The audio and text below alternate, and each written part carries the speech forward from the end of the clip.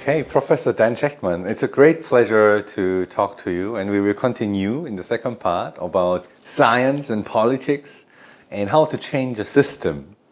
So I was really impressed when I heard that in 2014 you were running for Israeli president. Yes. So what was the main motivation for running for president? Right. The main and only motivation was education in Israel. I'm not happy with the education system in Israel, and I'm not the only one who is not happy with the education system. What did you want to change in education? We have several problems in education. As far as the curriculum, my idea is that in order to encourage young people to be interested in science, you have to start teaching them early. And I spoke about it on a radio interview in Israel, and I said you should teach science as early as possible. And then at the end of the interview, the mayor of Haifa, which is my hometown, and they asked me, "Hey Danny, did you say early science education?" I said, "Yep." He said, "What age?" I said, "Kindergarten." Okay. He said, on the spot, he said, "Will you do it in Haifa?" I said, "Will you pay?" He said, "I will pay," and we did it. We started with 60 kindergartens, 60 kindergartens. We taught the teachers the science, and they taught the science to the children, and we wrote a program. It was a written program what to teach. This was a very interesting attempt, only partially successful, because the teachers, although you can teach them science, but they are limited in understanding science. They can love children, but science is remote from them. So it was partially successful. However, one of the interesting results was that the city of Haifa created a special science kindergarten, which is a model for the world. I want to explain. This would be very interesting also for Korea. It's a very nice building of a kindergarten, freestanding building with a nice yard and games, like normal kindergarten. It has 3 groups, 30, 3 kindergarten teachers, altogether 90 children, and it has a laboratory.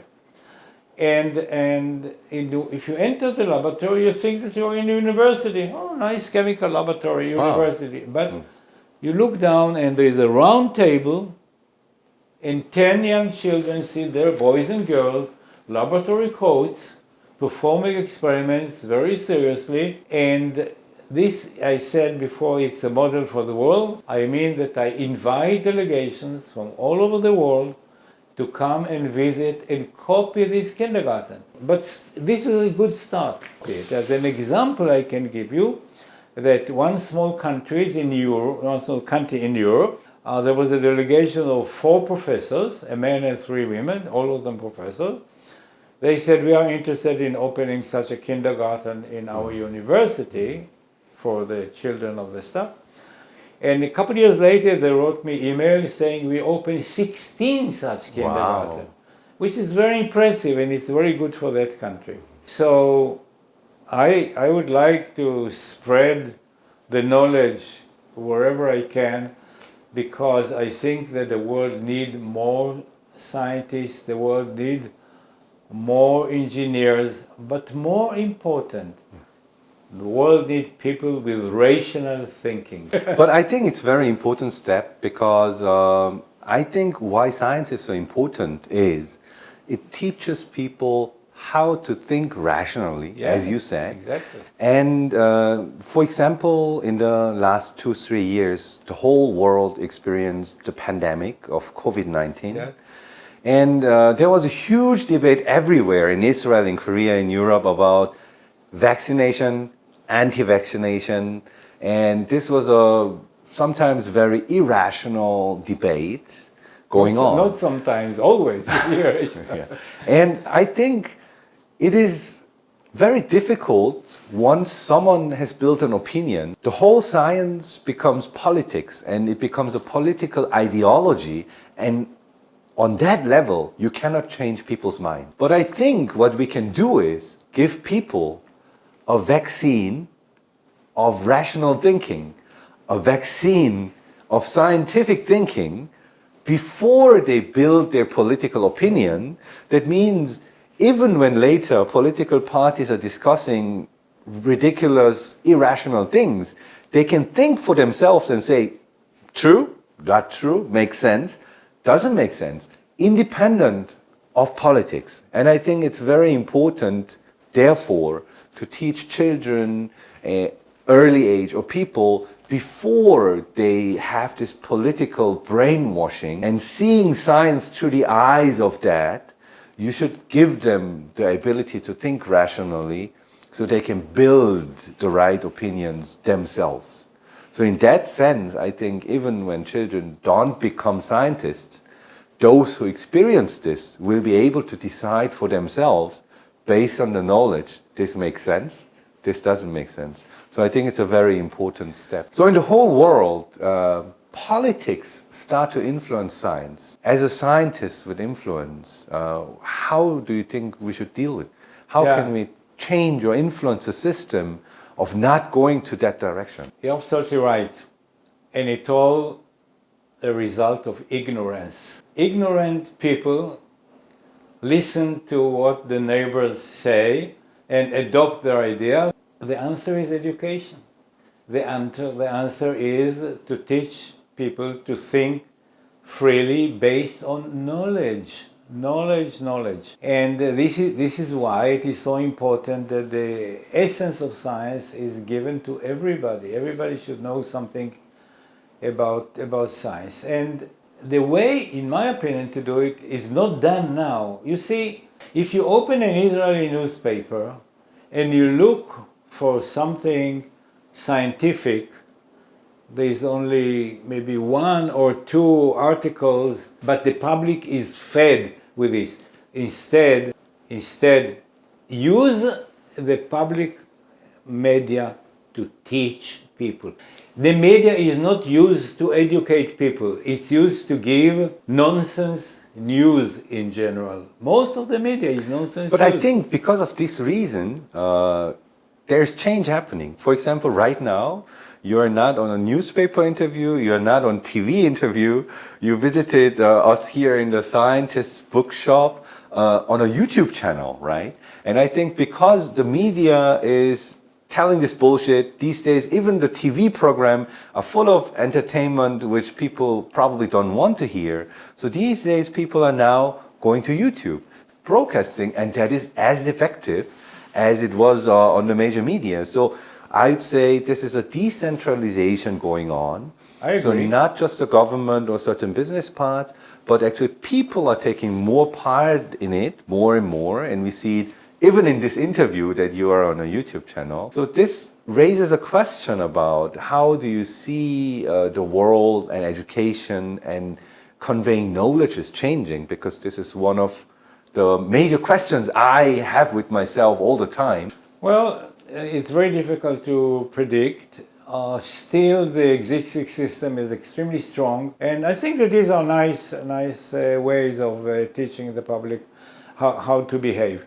You can teach a lot and make people think about something which is scientific and it is pertinent to their lives, not only to the life of the planet. People are difficult to relate to the life of the planet, but they're very sensitive about their own life. And if there is global warming, then new vegetables are more expensive.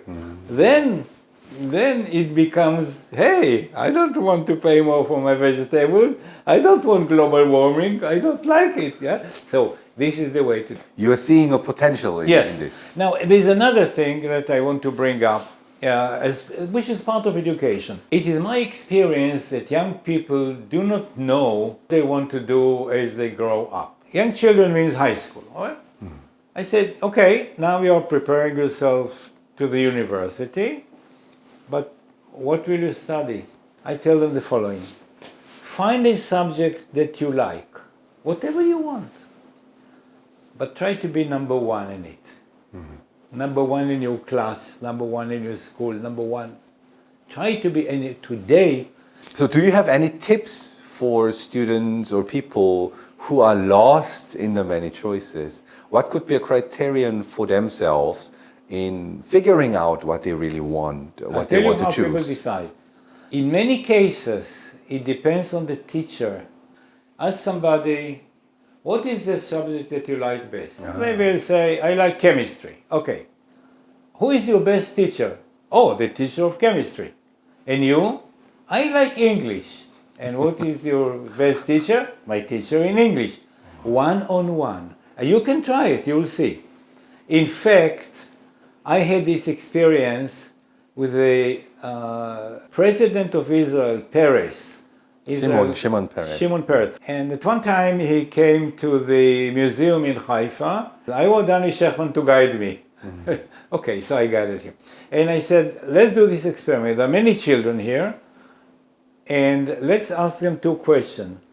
What subject you like best? And who is your best teacher? And you will be surprised to listen. So we asked them. And it always was the same. So, the teacher has great influence. And if you have a good teacher, it is much better for your future. That is very interesting, because in my field, I study neuroscience. Since about 10 years, we have a new concept called second-person neuroscience. Second person? Second-person neuroscience. Neuroscience. And this is the following idea. So usually, in the old days, when science and philosophy was one, people did science in first person.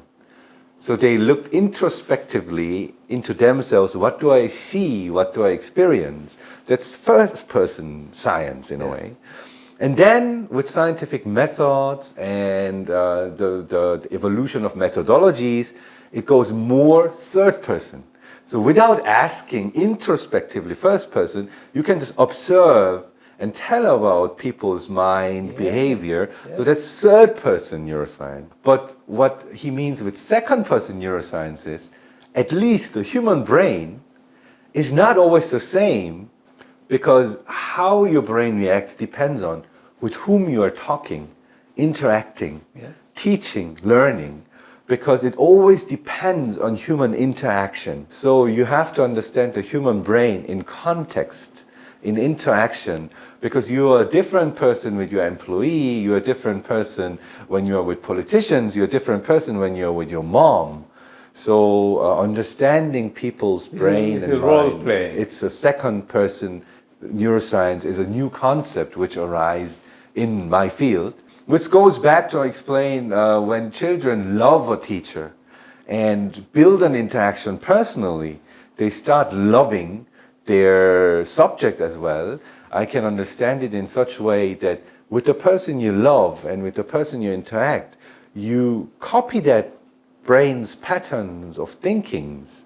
So in a way, probably science teachers should not just focus on science, but in a way of they should love it themselves, and then automatically the children or people learning from them will learn that love of science and the way he or she thinks or sees things. So interaction probably is one of the keys. Would you agree to that idea too? Well, absolutely. And I want to add one more thing. A good teacher is one that pays attention to you, that recognizes you. You should feel that the teacher is talking to you all the time. So when I speak to students, I make sure that I look at the eyes of every student for half a minute. Okay, that's all. But then they know that I recognize them. So this creates good contact. And when you have good contact, people listen. Okay. Oh, that was very interesting. So going back, we talked about innovation, your scientific discovery, education, and even running for president. Yes. What are your current interests? My current interests? Yes. I now am involved in a project with 3 more people. One of them is my wife, to bring metaverse into the classroom. Huh. Yeah. Okay. So we will start in September bringing metaverse programs with 3-dimensional smart glasses. Yeah, and then we will teach part of the lesson using Metaverse. So we now prepare some materials for that, and we are linked to several schools, a small number, maybe two or three schools only, where we will start. And let's see how it works. So we want to be pioneers in the world doing that, and we actually start very soon, in September, to do that. This is one of my interests. This is so interesting because I did my PhD at the Max Planck Institute for Biological Cybernetics. Yes. So actually we worked on this metaverse technologies 18 years ago. It was one of the pioneering institutions. So I'm very much interested in that field as well. So I'd be really curious. I'm really curious about how you use metaverse for education and teaching. Yeah. I'd be really interested in hearing more about that. Well, I can tell you. Let me give you one example, and the example is from the history of Israel. Okay, you know that you may not know that Israel was conquered by Rome. And the Israeli people were exiled to Rome and to other places in the Roman Empire. And they destroyed the temple that was on Temple Mount. And nowadays there's a model that shows you how it was. And the model is a small thing, maybe the size of half of this room. And you can see Jerusalem as it was in the days of the Second Temple, which was the first century. I saw actually the reconstruction 3D model when I visited Jerusalem. Okay, so you saw that. So let's say now you do the following. So you put the camera in the center and say, okay, now you're in the center of Jerusalem as it was 2,000 years ago.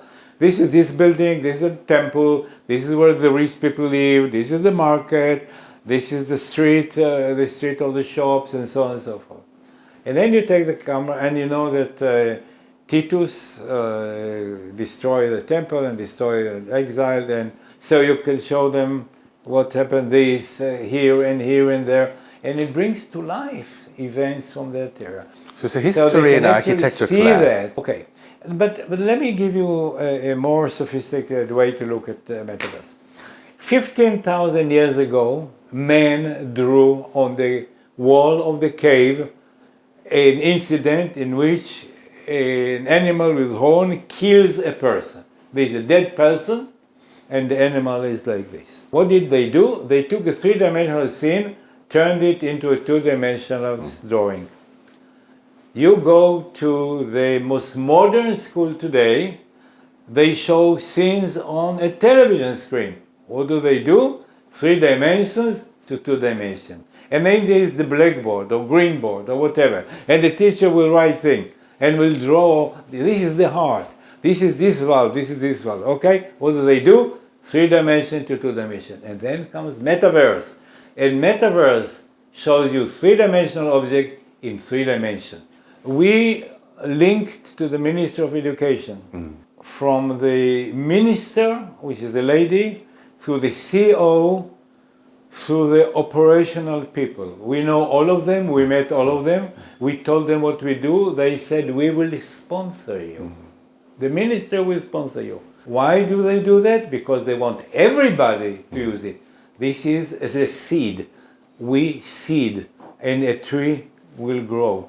If we cultivate it, and the minister will sponsor it, as it is now, it will grow. And next year, many more schools will join, and the ministry will buy them the necessary equipment to do that. And it will create, we will create a source of information. We will start to make the clips that are used. So let's say that now we study about the heart. Okay, I give this example, the heart. And in Israel we have a medical museum, and there's a model of a heart that's very large, you can enter. So all you have to do is take a camera there. By the way, you can make clips for metaverse on your cell phone. Yes. Okay, so everybody can do that. It's simple, and you know the children will get it by far faster than the adults. The children will know more than the teacher right away. Okay, so not only can you teach, but you can encourage students to create content. So joining people together, this is a tool for joining people together. Yes, and you mentioned in order to really make this a revolution, it's not enough to just few people doing it, but we start doing it, give ideas, then the government should support it, and it should go into the classroom. So you need actually a broad participation of all parties, right? Politics, science, business, startups, and classroom. I mean, I didn't expect that our conversation goes towards the metaverse, but it's actually one of the major topics I'm trying to actually tell people in our channel as well. Yeah. So I was very surprised. I'm very surprised, pleasantly surprised.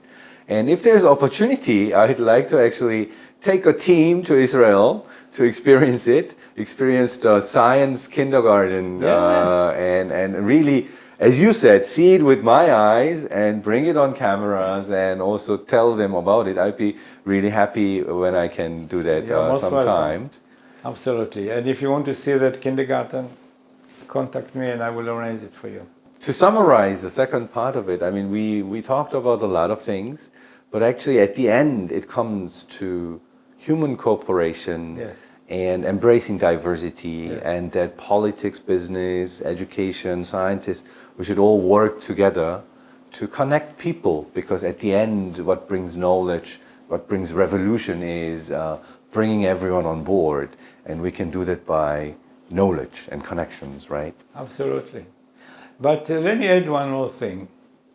I am all for diversity, and the metaverse is a great tool for diversity. And I think that everybody should have the same chance. At the same time, I am for investing in the talented children. The talented children are the future of Korea. These are the innovators, these are the startup leaders, these are the people that will produce the next products. And the more you invest in the talented, the better will be the future of Korea. And in Korea, in particular, it's important to invest in the gifted because you don't have enough young people in Korea. One child per woman is not good news for Korea. It's actually less. I'm not going to solve this problem. This is a problem that the government should really consider as a major issue. But I'm saying, given this situation, encourage the brightest to become scientists and engineers and innovators and entrepreneurs and start early. Start early. So yes, diversity, yes, invest in everybody, give everybody the same chance, but invest also in the gifted ones as early as possible. That's a great message. To let grow innovation, you have to invest early. Yes. Any final words to our Korean viewers? And actually, our channel's name is Curious Brain. So we call the viewers of our channel Curious Brains. First of all, I enjoyed this meeting very much. We discussed many subjects. You heard from me, but I also heard from you. This was not a normal interview. It was more a discussion than an interview. This is your style, which I appreciate, and I enjoyed it very much.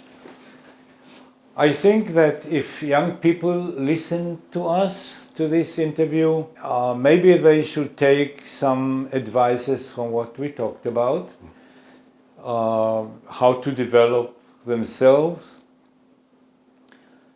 One thing that we didn't mention that I may want to mention now is when they have their child, make the child be self-confident by hugging your child and don't press too much for your child to succeed. They will succeed if you love them and hug them. And this is very, very important, that they feel secure, that they feel loved, and they don't feel much pressure. They will succeed. Love them, hug them. I really loved it. This is spontaneous, but can I end this interview by giving you a big hug? Great. Thank you for the interview. Thank you. Thank you very much. Thank you.